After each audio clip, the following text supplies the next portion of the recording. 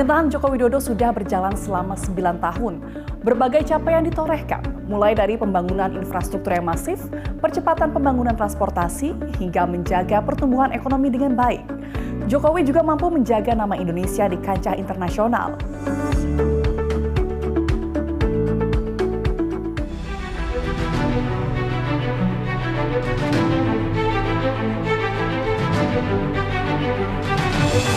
Selama 9 tahun pemerintah Joko Widodo, sejumlah torehan berhasil dilakukan. Era Jokowi, pembangunan infrastruktur dilakukan secara masif. Kementerian Pekerjaan Umum dan Perumahan Rakyat mencatat, selama era periode kepemimpinan Jokowi, telah dibangun sepanjang lebih dari 1.800 km jalan tol.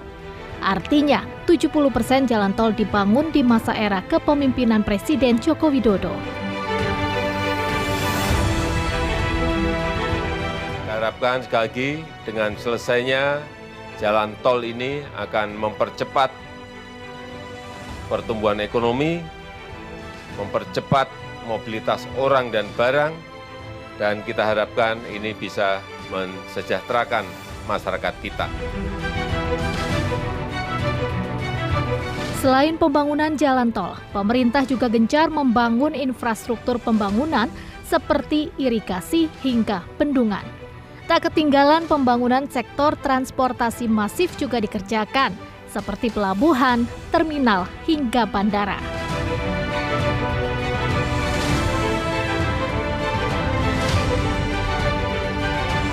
Teranyar, Presiden Jokowi telah meresmikan kereta cepat Jakarta-Bandung WUS disebut-sebut merupakan kereta cepat pertama di Indonesia dan Asia Tenggara.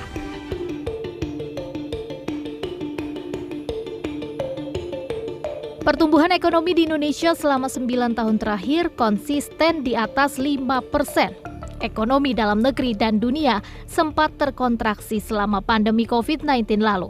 Namun dengan cepat pemerintah mampu memulihkan pertumbuhan ekonomi pada 2022 lalu.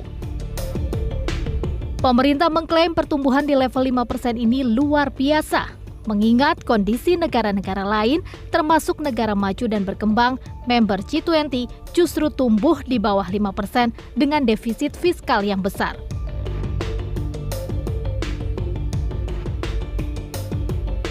Presiden Joko Widodo juga sukses membawa nama Indonesia melambung tinggi di kancah internasional saat Indonesia dipercaya sebagai Presiden KTT G20 yang berlangsung 15 hingga 16 November 2022 lalu di Bali. Keberhasilan itu diakui oleh seluruh pemimpin dunia yang hadir dalam KTT.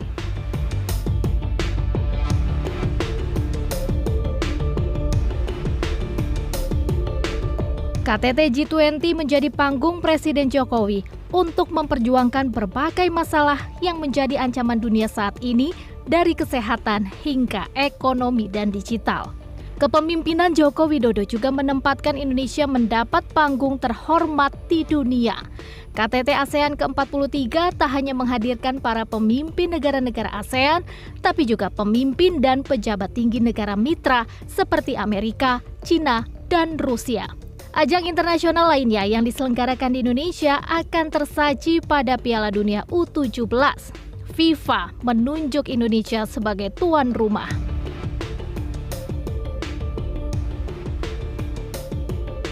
Piala Dunia ini akan digelar pada November hingga Desember 2023 di Jakarta, Bandung, Solo, dan Surabaya. Penunjukan ini menambah deretan gelaran internasional di Indonesia selama kepemimpinan Jokowi. Pembangunan infrastruktur menjadi fokus di era pemerintahan Jokowi. Pembangunan jalan tol, bendungan, hingga bandara baru masif dilakukan. Kita lihat bagaimana datanya. Panjang jalan tol yang beroperasi di Indonesia saat ini adalah 2.760 km. Data ini berdasarkan BPJT per Agustus tahun ini. Terpanjang ada di Pulau Jawa, kemudian di Sumatera, Sulawesi, dan terakhir adalah Pulau Bali. Pada awal pemerintahan Jokowi, jalan tol beroperasi sepanjang 790 km. Kemudian pembangunan masif dilakukan hingga sudah beroperasi sepanjang 1.970 km. Anggaran pembangunan jalan tol ini juga tidak main-main sejak 2016 hingga 2023, mencapai 489,31 triliun rupiah.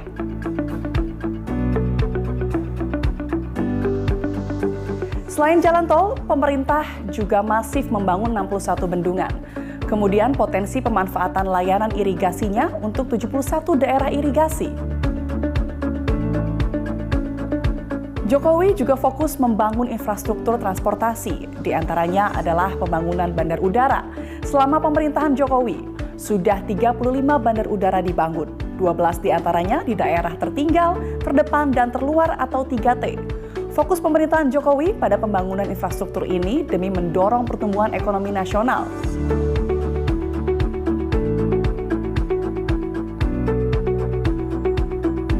Satu lagi yang menjadi legasi dari Jokowi adalah pemindahan ibu kota negara. Presiden Jokowi memutuskan untuk memindahkan ibu kota negara dari Jakarta ke Nusantara di Kalimantan Timur. Pemindahan ibu kota ini untuk mengurangi sederet beban Jakarta, mulai dari kemacetan, banjir, hingga masalah tata ruang. Selain itu, alasan terbesar Jokowi memindahkan ibu kota negara adalah untuk melakukan pemerataan ekonomi nasional.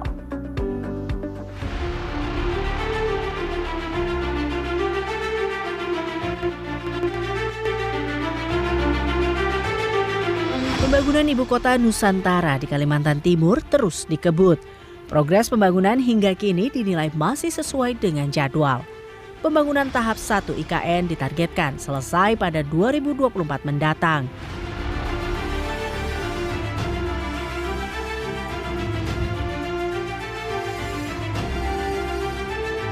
Konstruksi infrastruktur dasar IKN tahap 1 ini meliputi pembangunan bendungan Sepaku Semoy, Istana Negara, dan kantor Presiden. Kontrak pekerjaannya sudah dimulai sejak 2021 lalu. Secara bertahap, infrastruktur lainnya bakal dibangun seperti rumah para menteri, rumah PNS, hotel, mal, rumah hingga sekolah. Pemerintah memutuskan untuk memindahkan ibu kota negara demi mengurangi beban Jakarta, mulai dari masalah kemacetan, banjir, hingga masalah tata ruang Jakarta. Belum lagi, jumlah penduduk di wilayah Jabodetabek saja sudah hampir mencapai 30 juta penduduk. Namun alasan utama pemerintah memindahkan ibu kota dari Jakarta ke Pulau Kalimantan adalah untuk pemerataan ekonomi nasional. Presiden Jokowi mengatakan pemerataan ekonomi harus bersifat Indonesia sentris.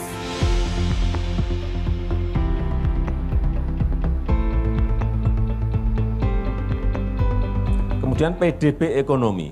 PDB ekonomi juga sama. Di Pulau Jawa itu PDB ekonomi adalah 58% kurang lebih dari PDB negara kita Indonesia. Artinya perputaran ekonomi itu ada juga sangat besar ada di Jawa. Oleh sebab itu Pulau Jawa menjadi magnet dari seluruh penduduk yang ada di negara kita Indonesia. Semuanya, utamanya ke Jakarta. Oleh sebab itu, beban yang terlalu berat ini harus dikurangi. Dari yang dulunya kita Jawa sentris, kita tarik menjadi Indonesia sentris, sehingga terjadi pemerataan pertumbuhan ekonomi dan pemerataan jumlah penduduk yang kita miliki. Ibu kota Nusantara berdiri di kawasan strategis IKN seluas 250.000 lebih hektar, dengan rincian kawasan pengembangan seluas 1.199.000 lebih hektar. Kemudian kawasan IKN seluas 56.000 lebih hektar. Sementara untuk pembangunan kawasan inti pemerintahan IKN dibangun di lahan seluas 6.596 hektar. Pemerintah memperkirakan hingga 2045 mendatang, estimasi lapangan kerja tembus 4 juta lebih. Meski pemerintah Jokowi sudah selesai pada 2024 nanti, tetapi pemerintah selanjutnya wajib melanjutkan pembangunan IKN. Pasalnya dasar pembangunan IKN sudah tercantum dalam Undang-Undang IKN.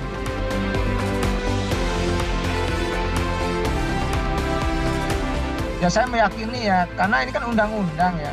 Undang-undang itu kan harus dilaksanakan, undang-undang IKN. Nah kalau undang-undangnya harus dilaksanakan, maka siapapun capres dan cawapresnya mesti menjalankan perintah undang-undang. Kalau saya sih melihatnya begitu. Ya, kecuali kalau undang-undangnya direvisi. Tapi kan bernegara tidak seperti itu. Jadi saya melihat ya dalam konteks kebijakan Pak Jokowi yang baik dilanjutkan, yang tidak baik kan perlu dievaluasi gitu agar baik. Kan itu saja sebenarnya. Jadi saya melihat tentang kekhawatiran itu harus dijawab oleh capres dan cawapres termasuk oleh Pak Jokowi. Saya meyakini ya semua capres cawapres dan Pak Jokowi adalah berjiwa negarawan. Artinya mereka kepentingannya untuk kepentingan masyarakat bangsa dan negara. Secara bertahap, gedung pemerintahan akan berpindah ke Nusantara. Pada 2024 mendatang, ditargetkan infrastruktur dasar untuk 500.000 penduduk akan selesai. Bahkan rencananya, perayaan kemerdekaan ke-79 Indonesia pada 17 Agustus 2024 akan dilaksanakan di Ibu Kota Nusantara. Dibangun dengan identitas nasional, IKN akan menjadi orientasi pembangunan menjadi Indonesia sentris serta mempercepat transformasi ekonomi Indonesia. Sederet capaian pemerintahan Jokowi menjadi modal besar bagi pemerintahan selanjutnya. Di sektor infrastruktur misalnya, Presiden Jokowi dinilai berhasil membangun infrastruktur jalan tol yang ke depan akan berdampak pada pemerataan ekonomi.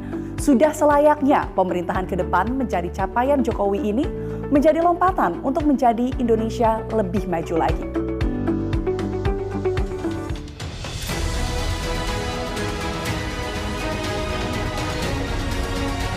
Sederet capaian pemerintah Jokowi dilakukan selama 9 tahun terakhir.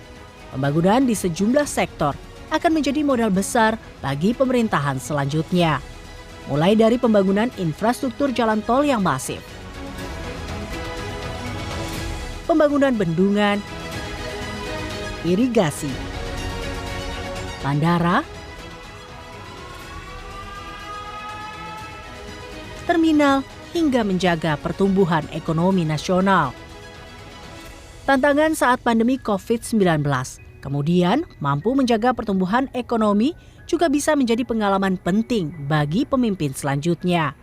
Bagaimana seorang pemimpin mampu mengorkestra kebijakan demi kepentingan 270 juta penduduk Indonesia.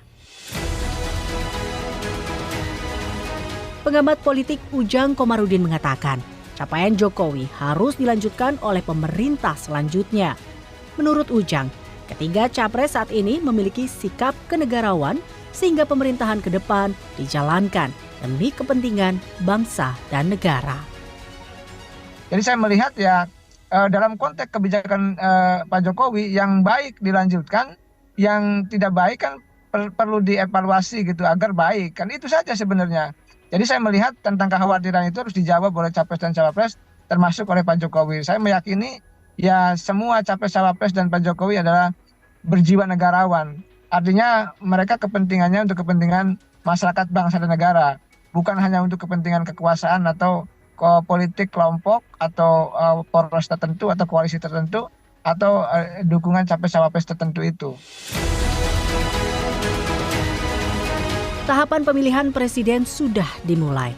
3 bakal calon presiden siap berlaga untuk merebut hati rakyat beberapa bulan ke depan. Keputusan ada di tangan rakyat dan akan ditentukan pada 14 Februari 2024 mendatang. Siapapun yang terpilih menjadi presiden, pembangunan 9 tahun terakhir akan menjadi lompatan besar menuju Indonesia Emas 2045 nanti. Tim Liputan, B-Universe.